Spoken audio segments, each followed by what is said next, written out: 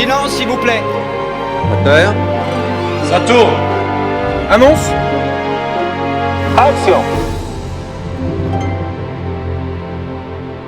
Allez l'équipe, prêt pour une 46e prise. Eh oui, ça avance déjà, hein, l'air de rien. Hein. Nouvelle formule, mais donc ça serait la 6e. Hein. 46e, oui.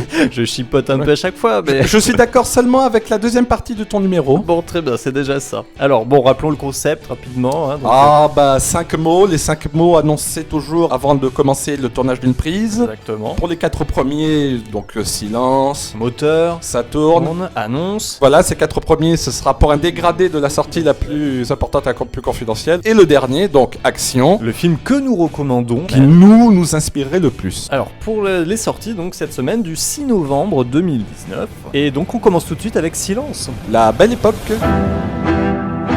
Cher Monsieur Drummond, notre fils et moi serions très honorés de vous offrir la soirée de votre choix dans le cadre des Voyageurs du Temps. Concernant l'époque, vous avez une idée ? Le 16 mai 74. Ce jour-là, j'ai rencontré une personne que j'aimais beaucoup. De Nicolas Bedos. Alors, le fils de Guy. Et là, il nous revient avec donc son deuxième film. Voilà, son premier, c'était Monsieur et Madame Adelman. Enchanté. Donc, il jouait dedans et il faisait jouer aussi sa compagne dans la vie qui s'appelle Doria Tillier. Ça tombe bien, elle a joué aussi dans ce film. Et voilà, on la retrouve ici. Alors, La Belle Époque, ça nous raconte l'histoire d'un homme d'une soixantaine d'années, approchant en tout cas. Daniel Auteuil. Et donc, bon, il est en couple encore avec sa femme, ça se passe pas très bien. Qui est donc Fanny Ardant. C'est un couple qui part un peu à volo, hein, on va dire, qui bat de l'aile. Pour un veau, battre de l'aile, c'est pas simple. Et donc Daniel Auteuil cherche à revivre un peu la première rencontre avec sa femme, hein, finalement là où ils étaient le plus heureux. Et donc il fait appel à une société assez particulière. Alors c'est la société assez particulière qui fait appel à lui parce qu'elle est dirigée par Guillaume Canet, qui donc est un ami du fils de Daniel Auteuil, parce qu'en fait il est metteur en scène de cette espèce de parc d'attractions qui recrée l'histoire et chaque client peut choisir la période historique qu'il veut redécouvrir. Exactement. Moi j'aimerais bien retourner à l'époque pré-jurassique, avant que les extraterrestres ne quittent la Terre. Donc voilà un film qu'on a vu et qu'on recommande. Et on enchaîne avec Moteur. Midway. Les Japonais préparent quelque chose de plus gros. Quelle est la cible ? On pense que c'est Midway.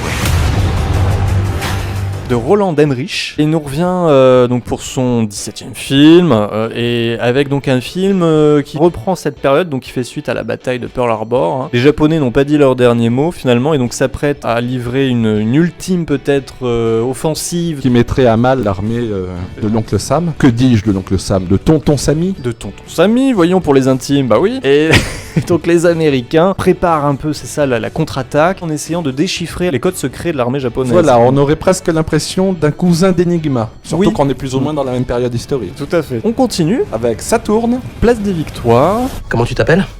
Gagic. T'as faim ? Oui, un tépu. Tu veux faire quoi dans la vie, hein ? Réparer des animaux, je sais pas. Avant, je faisais travail. J'étais un patron, moi. Patron ? Ouais. Pourquoi t'es plus ? De Johan Guillauzovic. Premier film, et avec dans le rôle titre Guillaume de Tonquédec, qu'on voit assez souvent en ce moment. Et donc Place des Victoires, ça nous raconte l'histoire d'un homme qui rencontre donc un enfant qui semble lui avoir volé son portable au départ. Et un enfant qui s'avérera être un sans-abri. Oui, c'est ça. Donc il prend effectivement sous son aile cet enfant qui vole comme ça à droite à gauche. Donc espiègle. Qui va réenchanter malgré tout un peu le quotidien de cet homme. On enchaîne. Annonce. Adults in the Room. Je ne demande en aucun cas l'effacement de notre énorme dette, mais plutôt sa restructuration. Je suis persuadé que nous ferons du bon travail. La réussite de votre programme sera aussi notre réussite. Ils te laisseront pas faire. De Constantine Gavras. Autrement dit, Costa Gavras. Alors lui aussi, un grande filmographie. 22e film, s'il vous plaît. Voilà. Réalisateur grec, bien sûr. Hein. Et là, il revient un peu dans son pays natal, hein, on va dire, sur effectivement une affaire qui a défrayé pas mal la chronique il y a quelques années. Donc la dette de la Grèce. Hein. Et comment le ministre des Finances, qui a été élu donc à ce moment-là, Yanis Varoufakis, a essayé de trouver un compromis pour permettre à la Grèce de combler un tout petit peu sa dette colossale qui est de plusieurs centaines de milliards. 320 milliards, je crois. Et lui, Varoufakis, va justement essayer de persévérer dans ce qu'il croit être juste. Précisons que ce film est l'adaptation du best-seller qui n'est d'autre que les mémoires de ce Yanis Varoufakis. Tout à fait. Très bien. Bon, alors voilà, on arrive à notre action. J'ai perdu mon corps. Est-ce que tu crois au destin ? Comme si tout était écrit d'avance, qu'on suivait une sorte de trajectoire. Ouais. Et qu'on pourrait rien changer.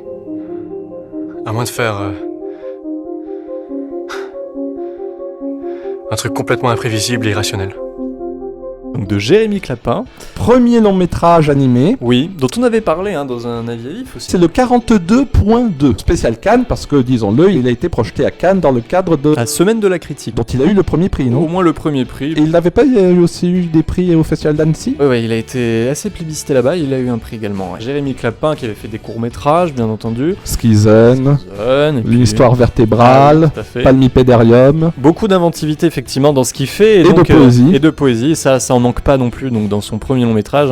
J'ai perdu mon corps, donc bah oui, et pour cause, donc on suit effectivement l'odyssée, j'ai envie de dire, d'une main qui est désolidarisée de son propriétaire, du coup. Et elle retraverse un peu Paris, bien entendu, et la mémoire aussi de son propriétaire, les souvenirs. Et tout ça pour essayer de retrouver le moignon.